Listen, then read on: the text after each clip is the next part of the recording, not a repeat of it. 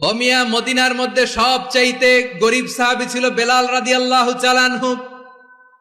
ওনার entire asset, সম্পদের পরিমাণ কতদূর জানেন? একটা লুঙ্গি। বেলাল রাদিয়াল্লাহু তাআলা আনহু, ওনার টোটাল ওয়েলথের এস্টিমেশন হচ্ছে মাত্র একটা লুঙ্গি। একটা লুঙ্গি, টোটাল ওয়েলথ এস্টিমেশন, টোটাল সম্পদের বেলাল রাদিয়াল্লাহু তাআলা আনহুর কি ছিল? কথা বোঝে নাই বোধহয়। কি ছিল?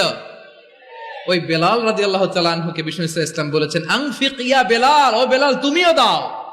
ওয়ালা তাখশা মিন যিল আরশি ইখলালা, আরশের অধিপতির তো কোনো ঘাটতি নাই, তুমি দিলে ওই আল্লাহ তোমারে বাড়ায় দিবে। এজন্য আমার প্রিয় ভাইয়েরা, দিলে কমে না, দিলে বাড়ে। অনেকে ধরে রাখে, নতুন কিছু নিতে পারে না, হাত দিয়ে যেটা ধরে রেখেছেন এটা দিয়ে দেন, বড় একটা ধরার সুযোগ পাবেন। জোরে বলেন ঠিক কিনা? ধরেন 5 কেজি ওজনের একটা ধরে রাখছেন, এখন 10, এটা না ছাড়লে 10 কেজি ধরতে পারবেন আপনি? আচ্ছা, 10 কেজির জিনিস একটা আছে হাতে, ওইটা যদি ছেড়ে দেন তাহলে না 15 কেজি ধরতে পারবেন। কথা বলেন ঠিক কিনা? তাহলে দিলে বাড়িয়ে দেয় কে? রব্বুল আলামিন বললেন, ওয়া ইতা ইদিল কুরবা, নিকটাত্মীয়দেরকে দান করো। নিকট আত্মীয়দেরকে দাও, যারা তোমাদের ব্লাড কানেকশনের আত্মীয় তাদেরকে তোমরা দাও। এখানে জেনারেলি বললেন দাও, কি দিব সেটা তিনি এখানে বলেন নাই, সেটা তিনি সূরাতুল ইসরার মধ্যে বলেছেন। আল্লাহ বলেন, ওয়া আতিযাল কুরবা হাক্কা, নিকট আত্মীয়দেরকে তাদের অধিকার, তাদের প্রাপ্য তোমরা বুঝিয়ে দাও। দেখেন, একটা শান্তির সমাজ, একটা সমৃদ্ধ সমাজ, একটা মানবিক সমাজ গঠনের জন্য আল্লাহ তাআলা বেশি না, মাত্র 3টা অর্ডার, 3টা ভার্ডিক্ট তিনি জারি করেছেন। 1 নাম্বার সুশাসন, ন্যায় বিচার। 2 নাম্বার ইহসান। 3 নাম্বার নিকটাত্মীয়, যারা কাছের, তোমার ভেরি ক্লোজ রিলেশনশিপে আছে, তাদেরকে দাও। দাও, দিলে বাড়িয়ে দেয় কে? অনেকে দিতে চায় না, কৃপণতা করে।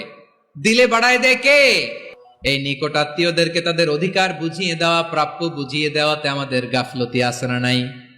অনেকে দেখবেন অনেক আল্লাহওয়ালা, তাহাজ্জুদ গুজার, সেজদা দিতে দিতে কপালে কালো দাগ ফেলে দিছে, সে তার বোনের হকটা আদায় করে নাই। আছে না নাই? হ্যাঁ, এখানেও আছে। সর্বনাশ। অনেক বড় হাজী সাহেব, বিশাল লম্বা দাড়ি, ছেলেরে সব দিয়ে দিছে, মেয়েরে কিছু দেয় নাই, মেয়ের হক আদায় করে নাই।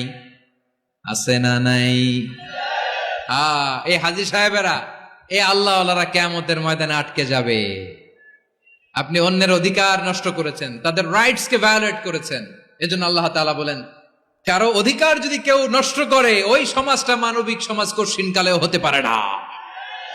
এজন্য আল্লাহ বললেন, ওয়া ইতা ইদিল কুরবা, নিকটাত্মীয়দেরকে দাও। কি দিবা? তাদের অধিকার দিয়ে দাও।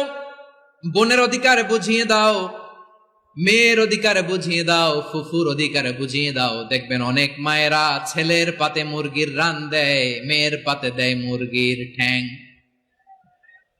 এরকম আছে না নাই? ছেলেরা কি দেয়? মুরগির। মেয়ের পাতে কি দেয়? তো মেয়ের কি মুরগির রান খেতে মনে চায় না? মনে চায় না? এমনটা করা যাবে না। নিকটাত্মীয়দেরকে অধিকার দিয়ে দাও, নিকটাত্মীয়ের সাথে সুসম্পর্ক রাখো। আদেশটা কার? প্রিয় ভাইয়েরা, জীবনে যদি বারাকা অর্জন করতে চান, নিকটাত্মীয়দের সাথে সুসম্পর্ক রাখতে হবে, তাদের জন্য উপহার পাঠাতে হবে। বিশ্বনবী বলেন, লা ইয়াদখুলুল জান্নাতা কাতে, যে ব্যক্তি আত্মীয়তার সম্পর্ককে ছিন্ন করে দেয়, সে কঠিনকালেও আল্লাহর জান্নাতে ঢুকবে না। আপনি কি এটারে সহজ হাদিস মনে করছেন? এটা সহজ কথা? আপনি ভাবছেন আপনার নামাজ আপনারে বাঁচাতে পারবে? আপনার রোজা বাঁচাতে পারবে? আপনার তাহাজ্জুদ আপনারে বাঁচাতে পারবে? অধিকার নষ্ট করলে কিছুই আপনারে বাঁচাতে পারবে না। এজন্য নিকট আত্মীয়দেরকে দিতে হবে বেশি বেশি। বিশ্বনবী বলেন, ইন্না সাদাকাতা আলাল মিসকিনি সাদাকা ওয়া আলা যির রাহিমি ইসনাতান সাদাকাতুন ওয়া সিলা। মিসকিনরে দান করলে শুধু দানের সওয়াব হয়, নিকট আত্মীয়কে দান করলে 2টার সওয়াব হয়। সাদাকার সওয়াব হয়, আবার আত্মীয়তার বন্ধন অটুট রাখার সওয়াব হয়ে যায়।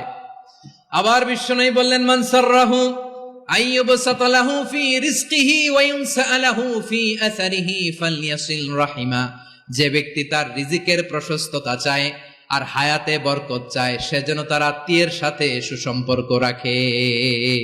আমাদের রিজিক বাড়ুক, এটা আমরা চাই কি চাই না? সবাই চান। হ্যাঁ, আমাদের রিজিকে প্রশস্ততা আসুক, চাই কি চাই না? আমাদের হায়াতে বরকত আসুক, আমরা চাই কি চাই না? এই দুইটা যদি চান তাহলে নিকটাত্মীয়দের সাথে সুসম্পর্ক রাখবেন, পারবেন? তাহলে সমাজটারে মানবিক সমাজ বানায়